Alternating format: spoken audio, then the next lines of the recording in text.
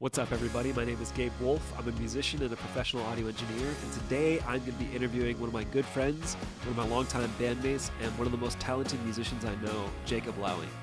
We play in a band together, and we recently had a clip go viral where Jacob changed the orientation of his drums that he normally plays in, and then played this sick fill during one of our songs. So I want to talk to him and get to know him a little bit more, and I hope you enjoy. Thanks. My name is Jacob Lowing. I play drums for Gabe Wolf. I also sing in a couple metal bands called Phantom Code and Terrestria. Suppose I also play drums in a band called The Hunt and a band called Wax Charmer. And I have a solo project called The Night Prior as well. So how long have you been playing drums? I've been playing drums for, I think I just hit the 20-year mark technically, which is crazy to say. Yeah, because it was Black Friday 2003 that I went to Gelb Music in Redwood City with my dad and my uncle, who actually played drums when he was growing up. And we picked up a drum kit that day, and I started taking lessons right away. And then, got into school band and bands outside of school, and just things like escalated pretty quickly after that. I think my dad, he tells a story that he thought it was just going to be, another obsession that a kid goes through of, wanting to play drums or wanting to, play a certain sport, or, it just, kids cycle through hobbies so quickly. But it was really something I was serious about and stuck with. And, 20 years later, here I am. Did you learn any other instruments before the drums? I took piano lessons when I was like five, I want to say, like 5 or 6. And that only lasted a couple of years. But I still actually credit some of my musical knowledge to having at least a couple of years of foundational musical knowledge on the piano.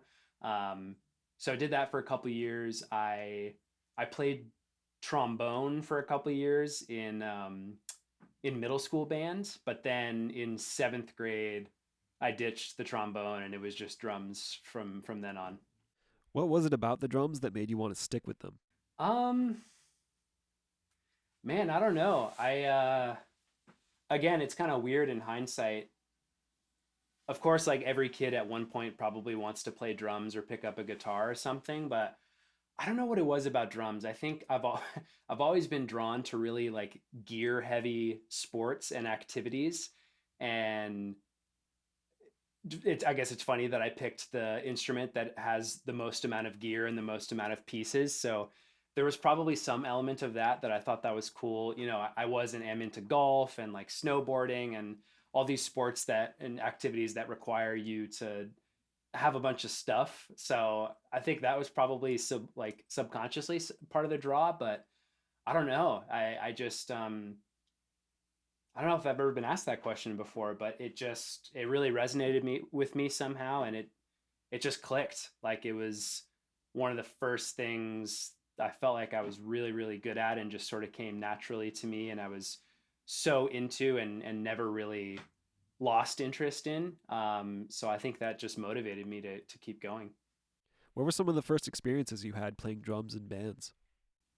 So our good friend Peter, who was one of my best friends growing up, I don't know if we started playing instruments at the same time coincidentally, or if it was just this plan that we were going to start, like I was going to start playing drums and he was going to start playing guitar, and we were going to form a band.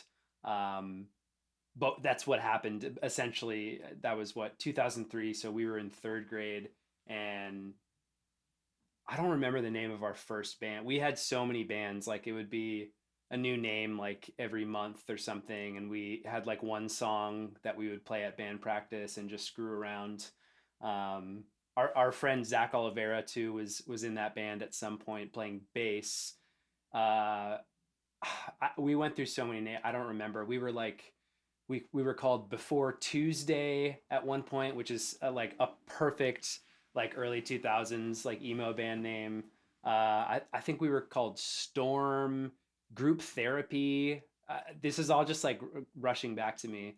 But yeah, we really like we're just kind of screwing around for a couple of years, and taking photos and playing one song, and not really doing anything super serious. So that was probably my first band, but it wasn't until middle school that I started, like things started getting a little bit more serious and a little more fleshed out. So you can seamlessly play drums with both a right hand and left hand orientation. Does that come to you naturally, or did you have to practice that? I wouldn't call it seamless. I have practiced because I in addition to drums, the only other thing, not the only other thing, but in addition to drums, I was playing baseball a lot growing up, and those were like the two things that I spent all my time doing was like music or drums and baseball. That's like my life revolved around those two things. And by the time I got to high school, I realized that I'm pretty injury prone, and I had four different surgeries in high school, three on my right knee and one on my shoulder. And high school was also like one of my most musically active points in my life. So I think I just sort of realized that I was playing a lot of metal at the time too, so I was really comfortable with a double kick pedal. So there were times where I would, after a surgery or something, need to adapt and just play with just my left foot. So there was at least one show I played with my metal band in high school that it was like a month after I had surgery, and I just played the whole show on my left foot and just tried to adapt it. So it's like it's not something I practice regularly, but I do recall one of my teachers, or my primary drum teacher growing up, did sort of stress the idea that you should try and be proficient on your non-dominant hand, and that just makes you a stronger player overall if you can be a little bit more like fluid between your two limbs and your four limbs, really. So I think between playing metal and constantly having all four limbs doing something, the lessons that my drum teacher taught me, and then out of necessity playing on just my left foot for like a show after surgery, I just sort of got comfortable doing it. It's not something I practice to this day, but and it's really weird to do, especially in the setup that we did at practice. But it's I've just had to do it a few times, and it's like a fun challenge. So there are I've been playing drums for so long, and a lot of I know the Gabe Wolf songs so well too that in my head it's like pretty second nature to play those songs. So completely switching up, the setup and which foot and which hand I'm leading with just presents a new challenge that's pretty fun. Is there an advantage to playing drums with the orientation you're not used to and then going back and playing with the orientation you're used to?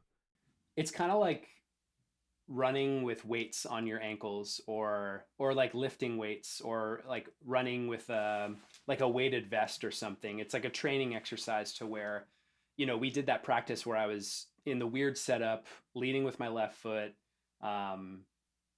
The toms were in really that was like a weirder setup than I've ever used before, so that was like an extra challenge. But as a result, the next practice when we were back at a normal setup, it was like it felt so easy to do that because I was spent 2 hours training with what I would consider like a training aid, or like weights on my ankles, to use that metaphor again. So it's not like a necessary training exercise, but it does make your natural instincts feel even more natural when you force yourself to do something that's way outside your comfort zone. So some people that saw the video said you could have used a double kick pedal instead of switching the orientation of the drums. What would be your response to that? You totally can use a double pedal, and I probably would have had I had one at practice, but you never know what you're going to get when you show up at a venue. And that's like the biggest thing I've learned in this like past decade of my music career is like you can't rely on what a venue says they're going to provide to you, and you always have to rely on yourself to provide the gear you need. But sometimes like you show up and there's like a cymbal stand that's missing, or you sort of have to adapt. So yeah, I don't have my double pedal here with me. It's at my rehearsal spot. So that day I was just like, I'm just going to make it work and figure it out. So my response would be, yeah, double pedal would be way easier, but way less fun, way less of a challenge, way less creatively demanding. And I'm glad I didn't have it. What's your advice to drummers at any level of play? My advice to drummers at any level of play. I always tell people that recording yourself is really one of the surest ways to improve not only because you have a log of your progress at any given point in your life, but it allows you to analyze your mistakes under a microscope and analyze some of your weaknesses under a microscope. I listen back to some of like the records that we've made together, and sometimes I'm like cringing because I was why was I overplaying so much there? Or, why did I choose to do that fill and I should have done this fill? And it's cool to look back and be like, yeah, I would do things differently, because you have that record of whatever approach or state you were in as a creative musician at that point. So I just tell drummers to, not just drummers, really any musician, I tell people, record yourself all the time and listen to yourself a lot, because it's going to reveal a lot of ways that you can improve your craft. So I know you mostly play rock drums. Are there other genres that you play or have studied? I did play jazz band in high school and did, like symphonic band and reading sheet music and playing, you know, snare drum and bass drum and timpani and like all the auxiliary percussion. So I do have that sort of more formal classical percussion training as well. Is there a use to learning genres outside of the main one that you play? That's a really good question. I think having a foundation in a lot of different styles is really important, and that was sort of the education I had. And I credit my drum teacher a lot in exposing me to a lot of those different styles. And we would jam on jazz records and we would jam on funk records, and just anything with cool drumming, I think is important to learn. I think jazz drummers and like funk drummers are some of the best ones out there. And a lot of those chops translate pretty well to rock. Um, and I think rock players that have had experience in those other genres end up being way better, way cooler, way, their sense of dynamics tends to be way stronger because they have experience playing in a genre that demands it. Whereas, people that have only played rock drums, I think it tends to be a little bit more less dynamic in terms of the playing style. So I definitely recommend getting exposure to even just like listening to and playing along to records in other genres that has cool drumming, because you're going to pick up something from listening to all those. So you're incredibly proficient at the drums, but you also play guitar and you sing very well. I was wondering if there's a technique or a piece of advice you would give to someone that wants to learn multiple instruments. That's a really good question. That's a tough question too, and it kind of reminds me of the question you asked earlier of why I stuck with drums. I feel like you can probably relate to this too, where sometimes you just like pick something up and it just makes sense to you in some way, or something just clicks. And while I certainly feel like I'm the most technically proficient at drums versus any other instrument I play. But from an early age, I felt like I had a sense of what like the other instruments are supposed to be doing, and that are always interests me. Like guitar, guitar is so tough, and am a very like rudimentary guitar player, and I would say, and I've just like self-taught and figured out what I need to know. I also have like decently small hands, which like makes it tough, I feel like, with guitar. Um, but I don't know. I just started like out of necessity picking up those other instruments and messing around with it. I think a big part of that is connecting to what we said at the beginning was I chose the instrument with the most amount of gear. And when I went to college, I didn't have a drum kit with me. I didn't have access to a drum kit, so I wasn't playing drums at all when I was at school. It was only when I would come home.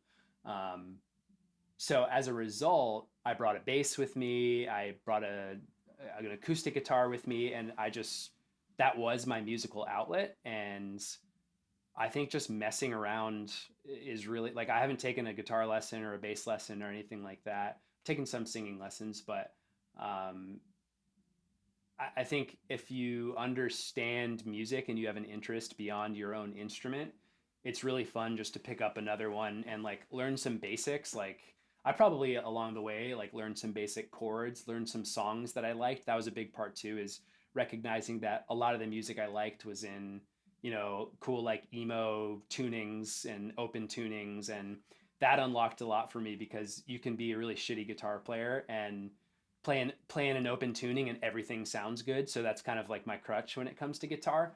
So I think it's just about, figuring out what type of music you want to play in those different instruments, and just like, getting a cheap instrument and messing around and exploring and figuring it out. There's also like so many online resources now that we didn't necessarily have when we were growing up and learning, that probably makes it even easier now. But I think it's just about like exposure and exploration, and also recording yourself too, as I said earlier, to just have that log of your improvement and your progress. Thank you guys so much for watching. I hope you enjoyed. I put links to Jacob's music, his various bands, in the description. There's also a link to my music. I just released an EP called the Fading Out EP. If you like Foo Fighters, Arctic Monkeys, and alternative rock, you will definitely like it. So thank you very much, and have a great day.